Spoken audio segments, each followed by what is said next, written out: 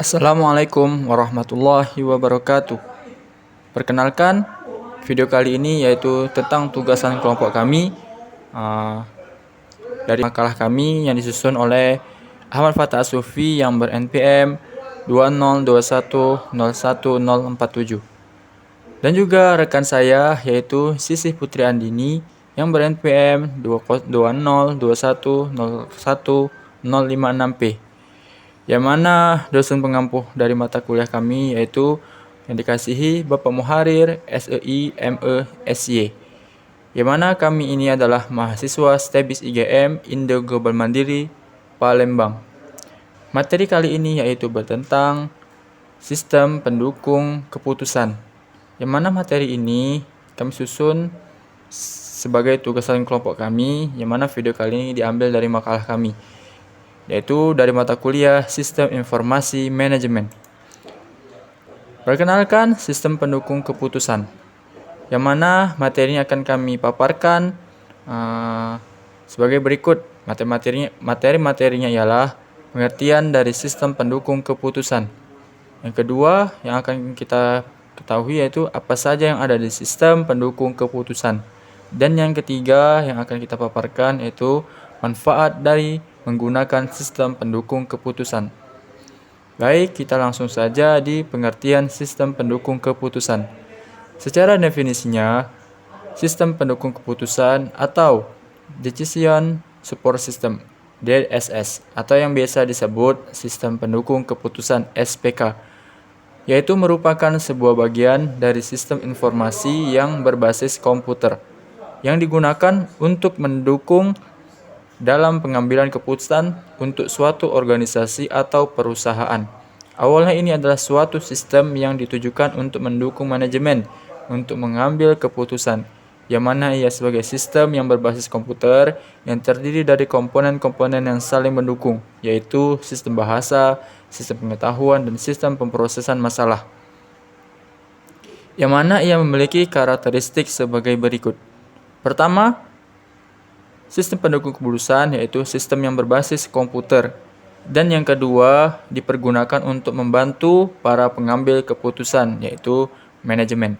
Yang ketiga untuk memecahkan masalah-masalah yang murni yang mustahil dilakukan dengan kalkulasi manusia, maka diperlukannya komputer.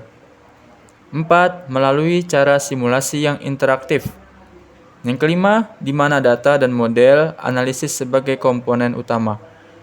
Jadi, sebelum kita melanjutkan pengertian sistem pendukung keputusan, saya akan memaparkan sedikit pengertian tentang sistem.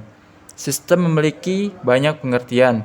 Dari segi bahasa, sistem berasal dari kata Yunani, yaitu sistema, yang berarti kesatuan, yang artinya setiap bagian-bagian mempunyai hubungan dan saling bergantung satu sama lain. Dan sistem adalah kumpulan elemen-elemen yang berinteraksi untuk mencapai suatu tujuan tertentu. Sistem memiliki beberapa karakteristik. Yang pertama ialah tujuan. Tujuan ialah agar segala aktivitasnya terarah pada suatu tujuan. Dan yang kedua yaitu kesatuan. Merupakan satu kesatuan yang bulat dan utuh dan akan kehilangan fungsinya bila ada bagian yang tidak berfungsi. Yang ketiga yaitu keterkaitan. Memiliki ketergantungan di antara satu sama lain, yaitu sistem akan bergantung satu sama lain. Keempat, keterbukaan. Sistem pasti memiliki batasan dan dia harus terhubung dengan sistem yang lebih luas dan disebut lingkungan. Jika ada sistem yang tertutup, maka sebenarnya sistem itu gagal terhubung dengan lingkungannya. Yang kelima ialah transformasi, yaitu kegiatan adalah suatu upaya dalam tujuan. Kegiatan itu memerlukan input yang kemudian ditransformasikan menjadi suatu bentuk output. Dan yang keenam yaitu mekanisme pengendalian, menjaga sistem agar selalu berjalan sesuai tujuan dan diperlukan pengendalian untuk menjaga arah dari suatu tujuan. Baik, setelah kita mengerti tentang sistem, maka saya akan memaparkan struktur sistem. Secara umum, sistem dibagi dengan beberapa bagian, yaitu yang pertama yaitu masukan atau input. Bagian awal dari proses sistem yaitu meliputi semua hal yang dijadikan masukan dalam sistem. Yang kedua, proses atau mentransformasikan bagian input menjadi keluaran atau output. Dan yang ketiga yaitu output, keluaran, yaitu sebuah produk jadi hasil dari pengolahan masukan proses. Yang keempat yaitu lingkungan, environment, adalah tempat di mana sistem itu berada atau diletakkan. Yang kelima, umpan balik, yaitu feedback, suatu bentuk yang mencegah timbulnya keluaran yang tidak sesuai dengan yang diinginkan atau informasi. Dapat kita lihat di gambar di sebelah kanan kita, yaitu menjelaskan tentang struktur sistem, yang mana itu melalui input akan dikonversi, lalu dibuat keputusan, lalu dikeluarkan menjadi output, lalu dikembalikan lagi ke input, tujuan dan dukungan. Setelah kita mengetahui tentang sistem, maka akan saya terangkan sedikit tentang pengertian keputusan. Keputusan adalah menentukan suatu keputusan atau sebuah pilihan di dalam sebuah manajemen dalam memilih sebuah tindakan. Menurut Profesor Dr. Prajudi Atmasudirjo, SH, keputusan adalah suatu pengakhiran daripada proses pemikiran tentang suatu masalah atau problema untuk menjawab pertanyaan apa yang harus diperbuat guna mengatasi masalah tersebut dengan menjatuhkan pilihan pada suatu alternatif. Keputusan adalah suatu pilihan yang mengarah kepada tujuan yang diinginkan. Keputusan adalah aktivitas pemilihan tindakan dari sekumpulan alternatif untuk memecahkan suatu masalah. Dan di dalam sistem pendukung keputusan atau decision support system terdapat 3 jenis keputusan. Yang pertama, keputusan terstruktur. Keputusan terstruktur adalah keputusan di mana keputusan-keputusan tersebut sebagian besarnya dari variabel-variabel yang diketahui dan bisa diprogram secara total, yang mana keputusan ini bersifat rutin dan memerlukan pendapat manusia saat ingin memprogramkannya. Yang kedua, keputusan tidak terstruktur. Artinya adalah keputusan yang tidak tervariabel dan tidak resisten terhadap komputerisasi, yang mana semua pengambilannya tergantung kepada intuisi. Dan yang ketiga, keputusan semi terstruktur adalah keputusan yang bisa diprogramkan, namun sebagian masih memerlukan pendapat manusia. Baik, setelah kita tadi menerangkan tentang pengertian keputusan, maka ada fase-fase dalam pengambilan keputusan. Mengenai pengambilan keputusan, ialah bahwa pengambilan keputusan merupakan suatu proses menentukan tindakan alternatif secara sistematis. Dalam pengambilan keputusan, terdapat fase-fase yang utama. Yang pertama yaitu intelijensi atau penelusuran, merupakan tahap pendefinisan masalah serta identifikasi informasi yang dibutuhkan yang berkaitan dengan persoalan yang dihadapi, dan apa yang akan diputuskan ini sangat penting karena harus dirumuskan secara jelas terlebih dahulu. Yang kedua yaitu perancangan atau desain, merupakan tahap analisa dalam mencari atau merumuskan alternatif tadi dan menyusun pemecahan masalahnya. Yang ketiga, pemilihan. Setelah tahapan penelusuran dan perancangan, maka selanjutnya adalah memilih alternatif solusi yang paling sesuai. Yang keempat yaitu implementasi, merupakan tahapan pelaksanaan dari keputusan yang telah diambil tadi dan dapat dipantau dan disesuaikan apabila diperlukan perbaikan, yang mana telah disusun tindakan yang terencana. Biar agar lebih jelas, kita akan paparkan gambar mengenai fase pengambilan keputusan. Fase-fase tadi yaitu intelijensi, perancangan, pemilihan, dan implementasi. Dan di sini kita dapat lihat fase intelijensi yaitu sasaran organisasional, prosedur pemindaian dan penelitian, pengumpulan data, identifikasi masalah, kepemilikan masalah, klasifikasi masalah, dan pernyataan masalah.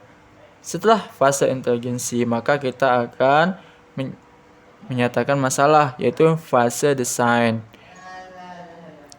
yaitu formulasi sebuah model, menentukan kriteria untuk dipilih, mencari alternatif, memprediksi dan mengukur hasil akhir. Setelah kita fase desain, kita masuk ke fase pemilihan. Solusi untuk model, analisis sensitivitas, memilih alternatif terbaik, rencana implementasi. Setelah kita melakukan solusi tadi, maka kita akan lanjut ke implementasi solusi. Ketika kita masuk ke implementasi solusi, akan ada dua yang terjadi, yaitu sukses dan kegagalan. Apabila masuk kegagalan, maka kita akan memilih lagi. Kita masuk ke fase pemilihan, fase desain, dan fase intelijensi. Setelah kita mengenal tentang sistem dan keputusan, yaitu kita akan lanjut ke pengenalan lebih lanjut tentang sistem pendukung keputusan. Yaitu sistem pendukung keputusan merupakan sistem informasi yang ditujukan untuk membantu manajemen dalam mengambil keputusan yang bersifat terstruktur dan semi terstruktur dengan efektif dan efisien. Pertama, manajemen data. Yang kedua itu manajemen model. Yang ketiga interaksi. Yang keempat subsistem. Dapat kita lihat di gambar sebelah kanan kita, yaitu di situ ada tabel tentang pengenalan sistem pendukung keputusan. Data manajemen atau database management system, yang mana yaitu mencakup data yang relevan dan diatur oleh sistem. Dan seterusnya yaitu manajemen model, merupakan paket perangkat lunak yang mana memasukkan model-model finansial, statistik, ilmu manajemen atau manajemen software yang terkait. Setelah kita ke model manajemen, maka akan lanjut ke antarmuka pengguna atau ke knowledge dan dialog manajemen. Antarmuka pengguna media, interaksi antara sistem dengan pengguna, sehingga pengguna dapat berkomunikasi dan memberikan perintah pada sistem pendukung keputusan. Dan subsistem berbasis pengetahuan, subsistem yang dapat mendukung subsistem lainnya sebagai komponen yang terdiri sendiri. Jadi inilah dia tentang konsep model sistem pendukung keputusan. Dan seterusnya yaitu manfaat sistem pendukung keputusan. Sedikit yang akan saya paparkan, sistem pendukung keputusan dapat memberikan berbagai manfaat dan keuntungan. Manfaat yang dapat kita ambil dari sistem pendukung keputusan adalah: pertama, sistem pendukung keputusan memperluas kemampuan pengambil keputusan dalam kita memproses data atau informasi bagi manajemen. Yang kedua, sistem pendukung keputusan membantu pengambil keputusan untuk memecahkan masalah, terutama berbagai masalah yang sangat kompleks dan tidak terstruktur. Dan yang ketiga, sistem pendukung keputusan tidak menghasilkan solusi dengan lebih cepat serta hasilnya dapat diandalkan. Yang keempat, walaupun suatu sistem pendukung keputusan mungkin saya tidak mampu memecahkan masalah yang dihadapi oleh pengambil keputusan, namun dia dapat menjadi stimulasi pengambil keputusan untuk memahami persoalannya karena mampu menyajikan berbagai alternatif pemecahan. Jadi itulah dia tentang sistem pendukung keputusan. Itulah dia paparan kami dari materi sistem pendukung keputusan. Bila ada kekurangan dan kesalahan, saya mohon maaf. Kepada Allah saya mohon ampun. Wabillahi taufiq wal hidayah. Assalamualaikum warahmatullahi wabarakatuh.